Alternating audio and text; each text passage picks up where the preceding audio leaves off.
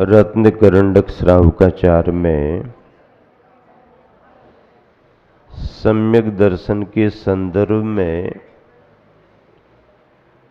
उसे निर्दोष बनाने के उपाय बतलाए जा रहे हैं। हमारी आत्मा का गुण सम्यक दर्शन निर्दोष किस रीति से हो सकता है, इसकी चर्चा चल रही है। आचार्य महाराज कह रहे हैं कि सम्यक दृष्टि धर्मात्मा होता है, वह धार्मिक भावों की पहचान रखता है। प्राणी मात्र के प्रति उसके मन में सद्भावना रहती है। दुर्भावना का भाव वो किसी के प्रति भी नहीं रखता है। जब सम्यक दृष्टि के लिए ये अनिवार्य बातें बतलाई गई हैं, तो उसी चर्चा को आगे बढ़ा करके आचार्य महाराज कह रहे हैं कि सम्यक दृष्टि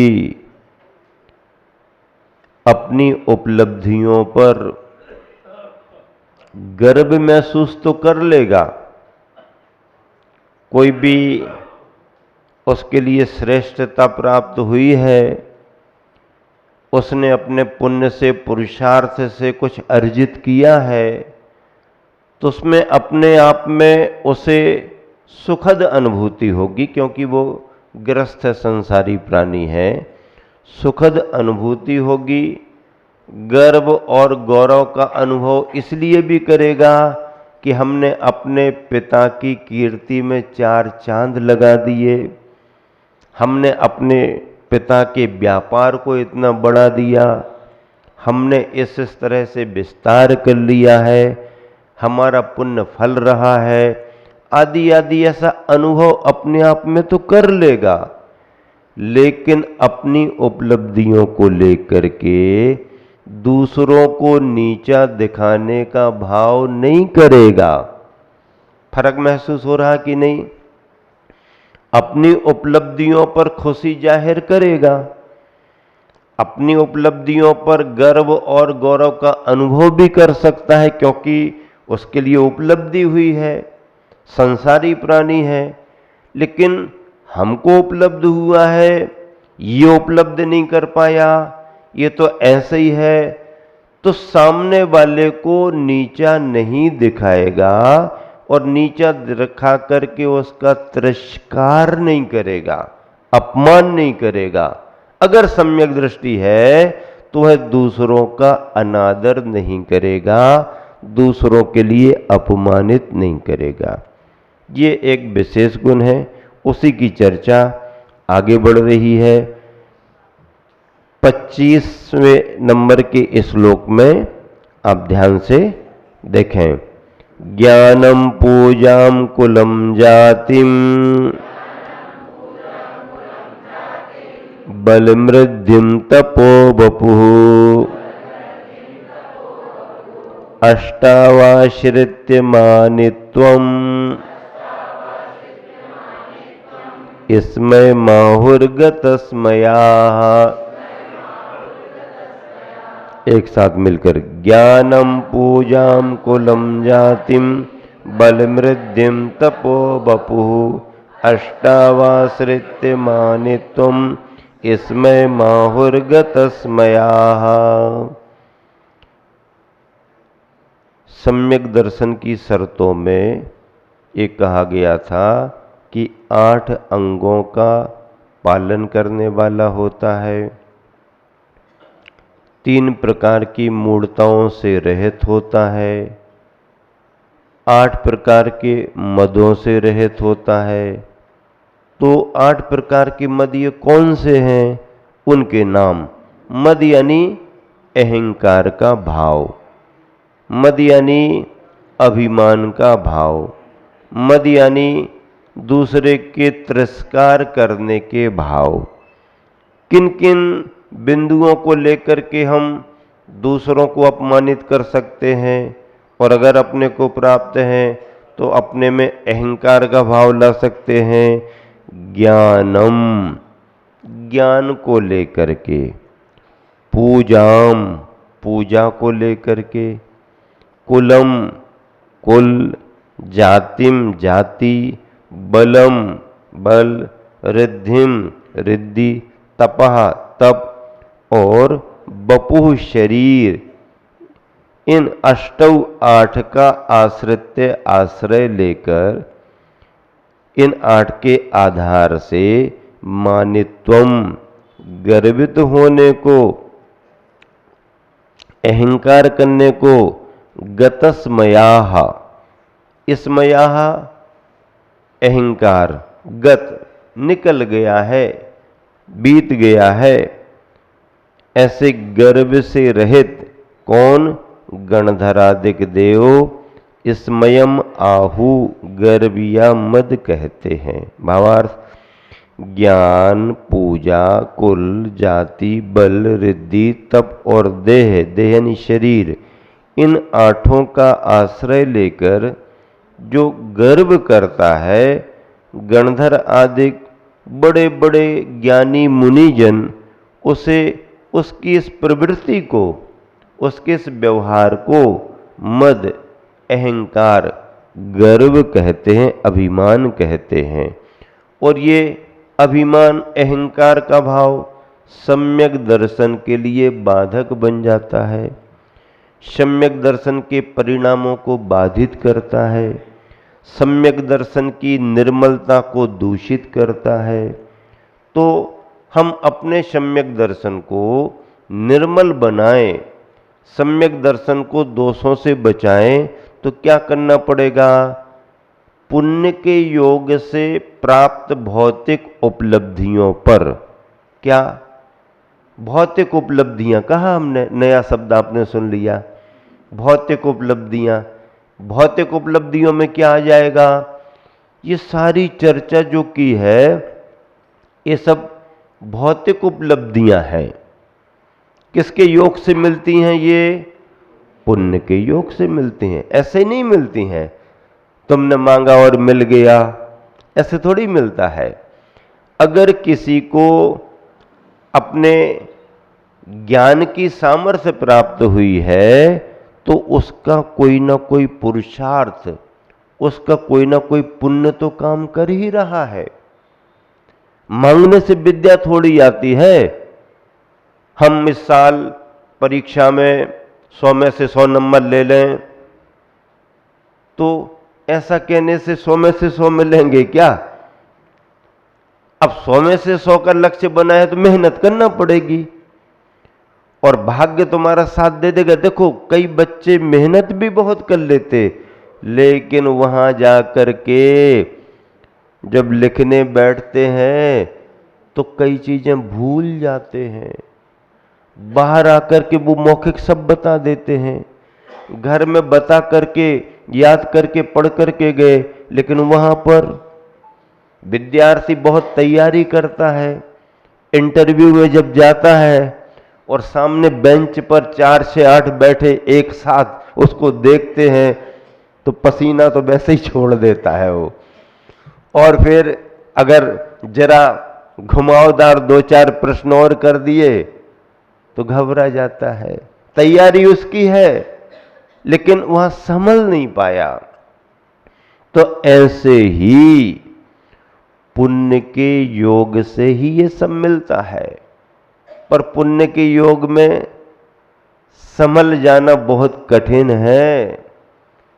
कष्टों के समय तो फिर भी व्यक्ति भगवान को याद कर लेता है। तकलीफ है, अब कोई दूर नहीं कर पा रहा, भगवान ही को याद कर लो।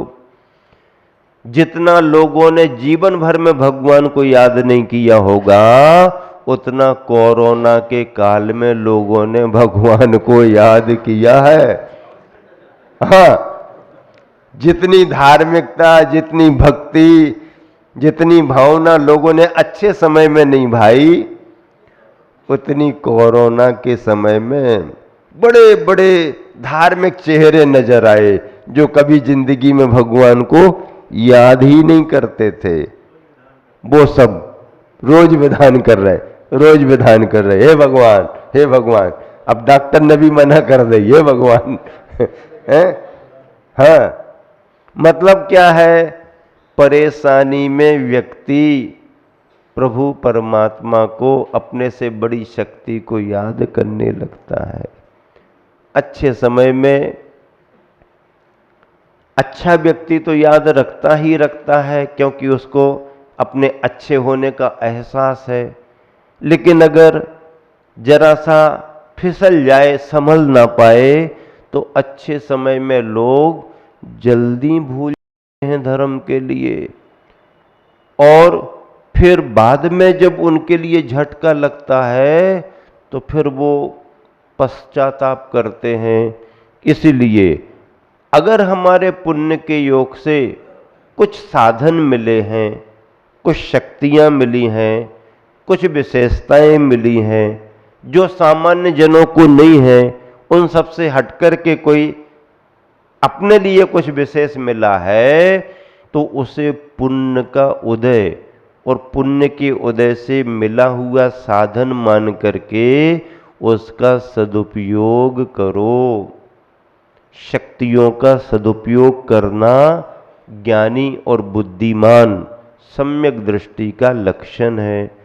और अगर भौतिक उपलब्धियां आ गईं और उन्हें देख करके पा करके इतराने लगे, इतराने लगे का मतलब क्या? इतराना जानते हो? नहीं जानते? अब एकदम ही बिल्कुल देसी शब्द बोल दिया हमने, साहित्यिक शब्दों में से निकाल के एकदम देसी देशज शब्द बोल दिए, इतराने लगे। अच्छा, अतराना अलग होता है, वो पानी में अतराना होता है? और इतराना क्या होता है? भैया अब तो इनके पांव जमीन पे टिक ही नहीं रहे का, इनके पांव जमीन पे टिक ही नहीं रहे, अब ठीक है कल लेन दो, 4 दिना की चांदनी। क्या कहता है समझदार व्यक्ति? भैया अभी इनकी समझ में आने वाला नहीं है, कर तो लेन दो, हमने तो खूब जमाना देखा है, हमारे बाल ऐसे ही थोड़ी पक्के हैं। क्या कहता है हमारे बाल ऐसे थोड़ी, बात नए नए हैं, कर लेने दो, समझ में आएगा इनको भी। इतरा रहा है, इतरा रहा का मतलब किसी को कुछ समझ ही नहीं रहा।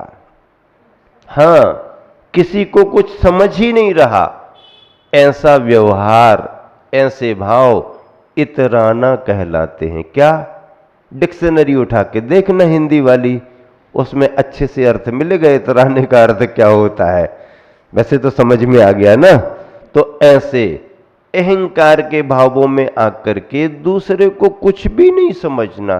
ठीक है भाई, उसका थोड़ा पुण्य कम है, उसके पास थोड़े साधन कम है, उसके पास में थोड़ी सुविधाएं कम है, तो उसमें ये विचार तो करे कि भैया देखो इतनी मेहनत करता है, इतनी पुरुषार्थ करता है, इतना भाव रखता है, फिर भी इसको सफलता नहीं मिल रही, भगवान इसका भी भला हो, इसका भी अच्छा हो, हमारे जैसी इसको भी उपलब्धियां हो। ये भाव तो सब धर्मात्मक है। लेकिन ऐ तुम हमारे सामने नहीं आना, तुम क्या लगते हो, तुम क्यों आकर के हमारे पास बैठ गए, तुम्हारी हमारी क्या, ऐसा तुलना आदि आदि, ये गर्व और अहंकार के भाव हैं।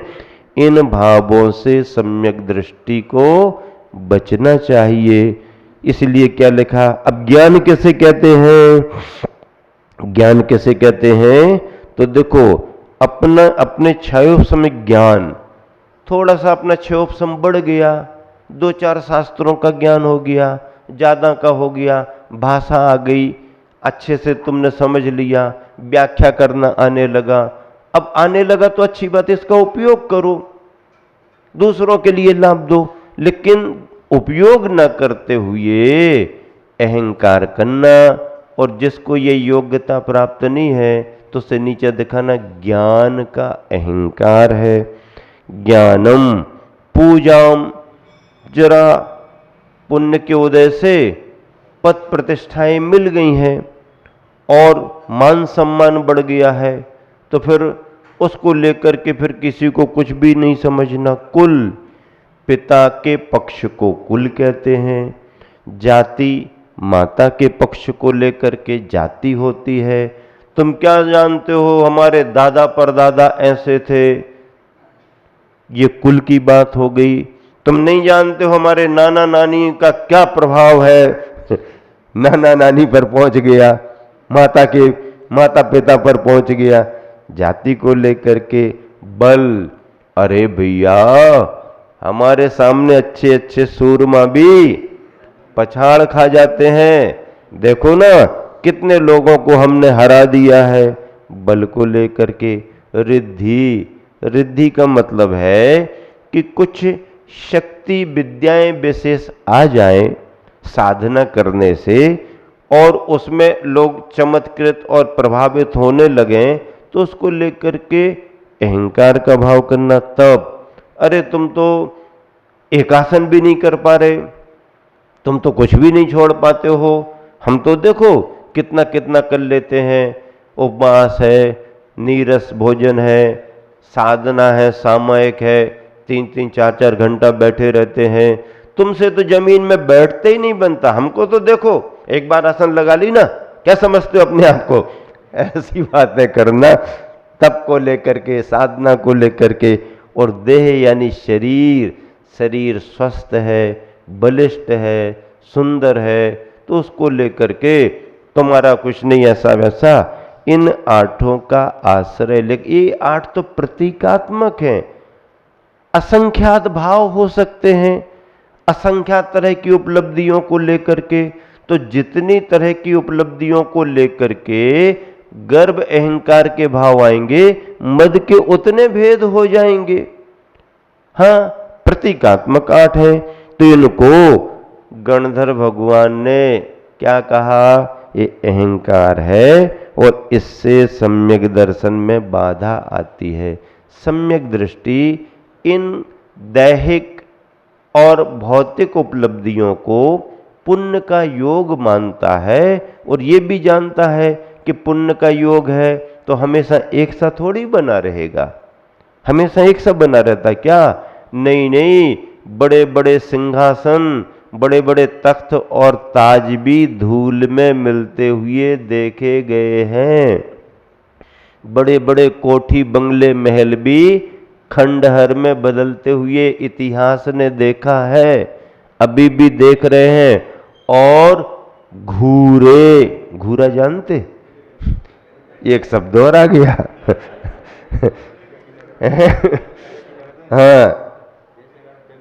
हाँ, तो घूरे के दिन भी फिर जाते हैं। बच्चे भी कई बार घूरे की गंदगी देख करके वहां, नहीं नहीं हम वहां नहीं जाएंगे, ऐसे घूरे की शकल सूरत रहती है।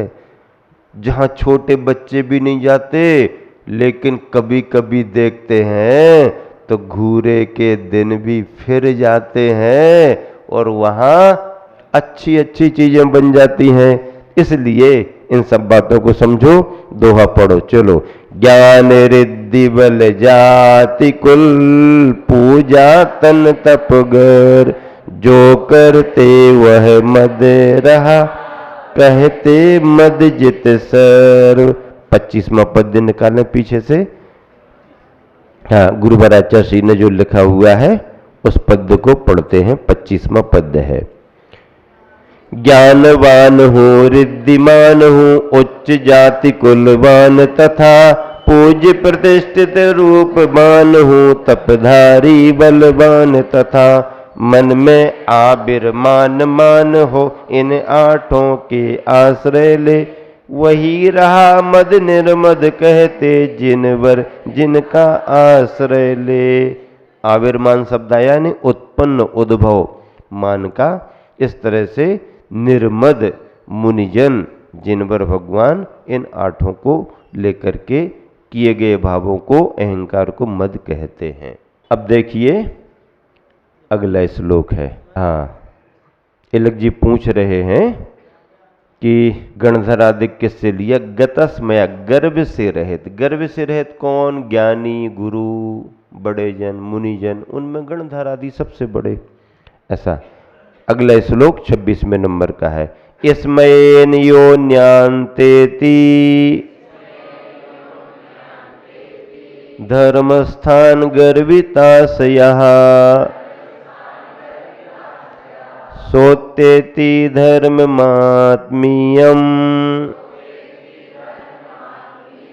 न धर्मो धार्मिकैर्विना। एक साथ मिलकर स्मयेन्योन्यान्तेति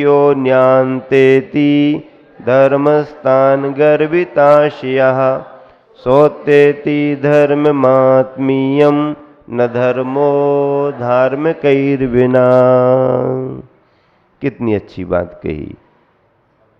जो आपने सुना था, समझा था, उस बात को लेकर के आचार्य महाराज कह रहे हैं कि अगर कोई व्यक्ति इस तरह के अहंकार आदि भावों को करता है तो एक तरह से वो दिखाता तो दूसरों को नीचा है, लेकिन वह अपने ही आत्मी धर्म का विनाश कर रहा है, अपने ही आत्मी धर्म का पराभव कर रहा है। क्या कह रहे हैं आचार्य महाराज? यह जो पुरुष स्मयेन, स्मय यानी मद गर्व से, गर्विताशयः गर्वित चित्त होता हुआ, धर्म स्थान रत्नत्रय रूप धर्म में स्थित अन्यान अन्य जीवों को अत्यति अपमानित करता है। देखो, एक व्यक्ति धनिक हो गया और एक व्यक्ति अभी सामान्य परिस्थिति में है। अब धनिक ने धर्म का महत्व नहीं समझा, पुण्य का योग था, सब कुछ आ गया, लेकिन धर्म से नहीं जुड़ा, मंदिर नहीं जाता, दान नहीं देता, पूजा नहीं करता, धार्मिक भावनाएं नहीं रखता, पुण्य का उदय है, चल रहा है। अब अगर सामान्य परिस्थिति वाला धर्म से जुड़ा है, पूजा पाठ कर रहा, अभिषेक कर रहा, दान दे रहा, जो भी उससे जमता बनता, भैयावृत्ति कर रहा आदि, तो वो व्यक्ति धर्म से जुड़ा है। अब तुमने उसकी परिस्थिति देख करके तो उसको नीचा दिखा दिया। अब इसका मतलब क्या हो गया? उसको नीचा दिखाने का मतलब उसके धर्म को ही नीचे दिखाना हुआ, और उसका धर्म का मतलब है वो धर्म तुम्हारा भी धर्म था और तुम अपने धर्म को भूल गए, तो तुमने अपने धर्म को भी अपमानित कर लिया। स वह आत्मीयम अपने धर्म को ही अत्यति तिरस्कृत करता है, क्योंकि धार्मिकई धर्मात्माओं के बिना धर्म न धर्म नहीं होता। धर्म कब तक रहेगा? कब तक रहेगा? जब तक धर्मात्मा रहेंगे। जिनवाणी, ग्रंथों में लिखी जिनवाणी, क्या ग्रंथों में लिखी जिनवाणी कब तक जिंदा रहेगी? ग्रंथों में लिखी जिनवाणी कब तक जिंदा रहेगी? जब तक जिनवाणी के अनुसार धर्म का पालन करने वाले श्रावक श्राविका बने रहेंगे। ग्रंथ से परंपरा नहीं चलेगी, ग्रंथ में लिखे गए आचार विचार का पालन करने वालों से परंपरा चलेगी। ग्रंथ लिखे रखेंगे, अलमारी में रखे रहेंगे, लेकिन अगर उन ग्रंथों में लिखी गई बातों का पालन करने वाले अनुयायी नहीं रहेंगे, तो ग्रंथ फिर जीवित कैसे माना जाएगा? तो जिनवाणी कब तक जिंदा रहेगी? जब तक जिन धर्म का पालन करने वाले लोग जिंदा रहेंगे, तब तक जिनवाणी जीवित बनी रहेगी। और जिन धर्म का पालन करने वाले कब तक रहेंगे? पंचम काल के अंत समय तक बने रहेंगे। संख्या कम ज्यादा होती रहे चलेगा, सातों दिन एक सा बाजार नहीं लगता है क्या? सातों दिन एक सा बाजार थोड़ी लगता है, कभी कम कभी ज्यादा, कभी कम कभी ज्यादा। और अगर कोई त्योहार आ गया और त्योहार में अच्छा सीजन उठ गया, उसके बाद तुम्हारा बाजार का दिन आया, तो बाजार का दिन भले लेकिन ठंडा जाएगा, क्यों? त्योहार उठ गया था। ऐसा तो होता ही रहता है। तो सातों दिन एक सा बाजार नहीं लगता, ना लगे, लेकिन ग्राहक तो रोज कुछ ना कुछ आते ही रहते हैं। ऐसे ही कोई कोई साधना संपन्न महापुण्यशाली आचार्य अगर आ जाए तो पूरे देश दुनिया को हिला करके रख देते हैं। कोई तीर्थंकर आ जाए तो तीनों लोकों को हिला करके रख देते हैं। कोई प्रभावी मुनिराज आ जाते हैं तो पूरे वातावरण को प्रभावित कर देते हैं। लेकिन हर समय ये सभी थोड़ी आ पाते, कभी कभी कम भी होता, कभी कभी ज्यादा भी होता, लेकिन धर्मात्मा तो बने ही रहते हैं। मुगलों का काल आया, भले मुनियों के बिहार नहीं हुए, लेकिन मुनि जहां थे वहां बने रहे, श्रावक श्रावी का धर्म पालन करते रहे। अंग्रेज आए, कुछ असुविधाएं हुई, फिर भी धर्म पलता रहा। और अब तो लोकतंत्र है, पूरा स्वतंत्रता का वातावरण है। अभी ये जो समय चल रहा है, धर्म की प्रभावना का स्वर्णिम काल चल रहा है। क्या चल रहा है? स्वर्णिम काल। आप जितना चाहो अपने धर्म का विस्तार करो, करो किसी भी रूप में करो, मंदिर बना करके करो, मूर्तियां विराजमान करके करो, पंच कल्याणक प्रतिष्ठा करा के करो, पूजा विधान करके करो, तीर्थ यात्राएं करके करो, चतुर्मास करा के करो, आहार विहार की प्रभावना बढ़ा के करो, कुछ भी करो, अभी आपको पूरी स्वतंत्रता है। धर्म की प्रभावना का ये स्वर्णिम काल चल रहा है। इसलिए जब तक धर्मात्मा रहेंगे, धर्म और जिनवानी जिंदा बनी रहेगी। अन्यथा ये ग्रंथ अलमारियों में रखे रहेंगे और दीमक लगने लगेगी। जिनवानी में दीमक कब लगने लगती है? जिनवानी में दीमक कब लगने लगती है? जब तुम्हारा दिमाग न लगे तो फिर दीमक कहती है हम अपना काम करते हैं। और अगर तुम्हारा दिमाग लगता रहे, शास्त्रों की साफ सफाई करते रहो, निकाल करके पढ़ते रहो, देखते रहो, अगर तुम्हारा दिमाग लगता रहा तो जिनवानी में कभी दीमक नहीं लग सकती। और तुम्हारा दिमाग लगना बंद हो जाए तो जिनवानी में फिर समझ में आ रहा नहीं आ रहा? बराबर समझ में आ रहा। जिनवानी में दीमक लगने लगती है। जीवानी कब तक जिंदा है? जीवानी करते हैं ना पानी छान करके जीवानी। हाँ, ग्रंथों में लिखी जीवानी कब तक जिंदा रहेगी?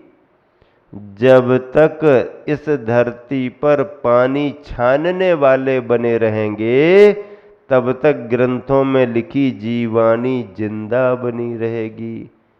और इस क्रिया को करना बंद कर देंगे लोग तो लिखी गई जिनवानी की जीवानी भी खत्म हो जाएगी। इसलिए श्रावक श्राविकाओं के, मुनि आरिकाओं के आचरण से ही जिनवानी जिंदा बनी रहती है। देखो मिलान करो, जो गर्भ के वशीभूत होकर रत्नात्रय रूप धर्म में स्थित धार्मिकों की अवमानना करता है, वह निश्चय से अपने ही आत्म धर्म की अवमानना करता है। क्योंकि यह एक ध्रुव सत्य है कि धार्मिकों के बिना धर्म का अस्तित्व संभव नहीं। धर्मात्मा है तो ही धर्म टिका हुआ है, और धर्मात्मा नहीं रहेंगे तो ग्रंथों में धर्म लिखा रहेगा, चलता फिरता धर्म दिखाई नहीं देगा। धर्म को हमें अलमारियों में बंद नहीं करना, धर्म को चलता फिरता बनाना है। चलता फिरता धर्म कब बना रहेगा? जब धर्मात्मा रहेंगे धरती पर, तो धर्म चलता फिरता जीवित अवस्था में बना रहेगा। एक नीतिकार ने लिखा है, शक्तियां हमारे तुम्हारे पास हैं, लेकिन दुर्जन उसका दुरुपयोग करता है, सज्जन सदुपयोग करता है। क्या लिखा है नीति के श्लोक में? विद्या विवादाय धनम मदाय शक्ति परेशान पर पीडनाय खलस्य। यहां रुकना पड़ता है। खल यानी दुर्जन, दुष्ट पुरुष क्या करता है? अगर दुष्ट दुर्जन व्यक्ति को किसी तरह की विद्या प्राप्त हो गई तो उस विद्या से वो विवाद बढ़ाता है। विद्या विवादाय खलस्य। दुष्ट दुर्जन व्यक्ति अपने को प्राप्त हुई विद्या से विवाद बढ़ाता है, वातावरण को खराब करता है। पानी पीने वाले जानवरों को देखा, नदी की तरफ गैया जाती है तो चुपचाप धीरे से पानी पी लेती है। गाय जाती है पानी पीने तो नदी में किनारे किनारे पर जाकर के चुपचाप पानी पी करके प्रसन्न होकर वापस आ जाती है। और भैंस जाती है पानी पीने तो क्या करती है? क्या करती है भैंस? क्या करती है? पानी पीती कम है, मचाती ज्यादा है। पहले तो पानी में अंदर जाएगी, फिर सिर हिलाएगी, पूंछ हिलाएगी, पानी को यहां वहां करेगी, और जितनी कीचड़ अंदर बैठी थी उस सब कीचड़ को बाहर करेगी। हाँ, कीचड़ को बाहर करेगी। सज्जन व्यक्ति बुराइयों को दबा करके रखता है, उन पर नियंत्रण रखता है। और दुष्ट दुर्जन व्यक्ति अपने घर की, अपने समाज की, अपने परिवार की बुराइयों को उखाड़ उखाड़ करके बताता है। अरे भैया, परिस्थितियां तो सब जगह होती हैं, जरा विवेक से तो काम करो। हैं? अगर ऐसा काम करोगे तो कोई सुधारने को थोड़ी आते हैं, और हंसने वाले और मिल जाते हैं और तुम्हारी चर्चा बढ़ाएंगे। तुमने अपने घर की बात दूसरों को बता दी तो तुमने बड़ा अच्छा काम कर दिया क्या? नहीं। धर्मात्मा व्यक्ति ऐसा नहीं करता। अगर कहीं कोई कमी है उसे दबाता है, सुधारता है, नियंत्रित करता है। दुष्ट दुर्जन व्यक्ति जिसका अभिप्राय ही ऐसा है, मन चला है, वो घर परिवार हो चाहे समाज हो, मजा लेता रहता है, दूसरों को भी उलझाता रहता है, उसी में उसको रस आता है। ये बुराइयां हैं समाज को, ये एक तरह से बिखरने के लिए कारण बनती हैं। एकता खंडित होती है, हमारी मजबूती समाप्त होती है, हमारी पहचान समाप्त होती है, दूसरों के सामने हमारा दबदबा खत्म हो जाता, क्योंकि हमारी कमजोरियां बाहर आ गई हैं, दिखने लगी हैं। इसलिए विवेक पूर्वक काम करना चाहिए। विद्या विवादाय खलस्य। दुष्ट दुर्जन अपनी विद्याओं को पाकर के विवाद बढ़ाने का काम करता है। धनम मदाय। अगर धन पैसा मिल गया है तो दुर्जन फिर अहंकार करने में लगाता है, नीचा दिखाने में लगाता है। खलस्य। शक्ति परेशान पर पीडनाय। यदि ताकतवर हो गया है तो दूसरों को, कमजोरों को दबाने का काम करता है, उनका शोषण करता है, आदि आदि उनको दबा करके रखता है। कौन? दुर्जन। लेकिन विपरीत में तत् साधु, साधु सज्जन धर्मात्मा इन व्यवहारों से विपरीत काम करता है। क्या करता है? अगर किसी सज्जन को कोई विद्या प्राप्त हो गई है तो वो क्या करेगा? विवाद नहीं बढ़ाएगा, ज्ञानाय। उसका उपयोग ज्ञानदान के रूप में करता है। हमको समझ में बात आई है, अच्छी है, सबको बताओ ताकि सबको ज्ञान का लाभ हो। ज्ञानाय। और धन अगर मिल गया तो अहंकार नहीं करेगा, दानाय। अच्छे कार्यों में लगाएगा, अच्छे कार्यों में लगा करके धर्म की प्रभावना बढ़ाएगा। और रक्षणाय, शक्ति मिली है तो किसी का शोषण नहीं करेगा, किसी को दबा करके नहीं रखेगा, बल्कि कमजोर लोगों की रक्षा करेगा, उनको संरक्षण देगा। चिंता मत करो, हम है ना तुम्हारे साथ, घबराओ मत, हमारे पास आ जाना, अगर कोई परेशानी आती तो हमें याद कर लेना, हम है ना तुम्हारे साथ। अब भले उसको जरूरत ना पड़े, पर अगर किसी बड़े व्यक्ति ने इतना कह दिया, चिंता मत करना, जरूरत पड़ने पर हम तुम्हारे साथ खड़े हैं, तो उसकी ताकत बढ़ जाती है, हिम्मत आ जाती है। भले वो तुमसे सहयोग मत मांगे, नहीं मांगता सहयोग, लेकिन उसको इतना बल रहता है, हमारे साथ और भी बहुत जन हैं, तुम बात नहीं कर सकते, ऐसा अपन को उसको साहस देना चाहिए। ये कौन करता? सज्जन धर्मात्मा व्यक्ति करता है। तो इसलिए सम्यक दर्शन का जो विषय है, मैंने पहले ही कहा था कि जितना अपने आत्मा के परिणामों से जुड़ा रहता है, उतना घर परिवार समाज से जुड़ करके देश दुनिया से भी सम्यक दर्शन का परिणाम जुड़ता है। सम्यक दर्शन जितना अंतर्मुखी है, उतना बाहरी जगत से जुड़ करके बहिर्मुखी भी है। सम्यक दर्शन का शास्त्र बड़ा व्यापक है। हमने केवल सम्यक दर्शन को अपने मंदिर मूर्ति तक सीमित कर दिया, अपने महाराज जी तक सीमित कर दिया, और अपने स्वार्थ तक ही सीमित कर दिया सम्यक दर्शन को। नहीं, स्वार्थ से निकल करके परमार्थ से जुड़ता है, और प्राणी मात्र को अपना मान करके सबके कल्याण की भावना भाता है, भावना भाता है।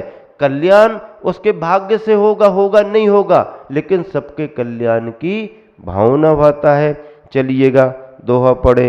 अहंकार बस जो करे, धार्मिक जन अपमान, धर्म नहीं धर्मी बिना, करता निज वृष हान। वृष यानी धर्म, हान यानी हानि, करता निज अपने ही धर्म की हानि करता।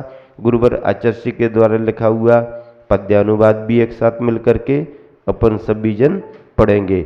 26वें नंबर का पद्य है, पेज नंबर 101। व्यर्थ गर्व से तने हुए हैं, मन में जो मदमान धरे, धार्मिक जीवन जीने वाले भविजन का अपमान करे। अतः स्वयं ही आत्मधर्म को मिटा रहे, वह भूल रहे, धर्मात्मा बिन चूंकि धर्म नहीं मिलता, जो भवकूल रहे। बस इतना ही, भवकूल यानी भव का किनारा, उसी को मिलता है।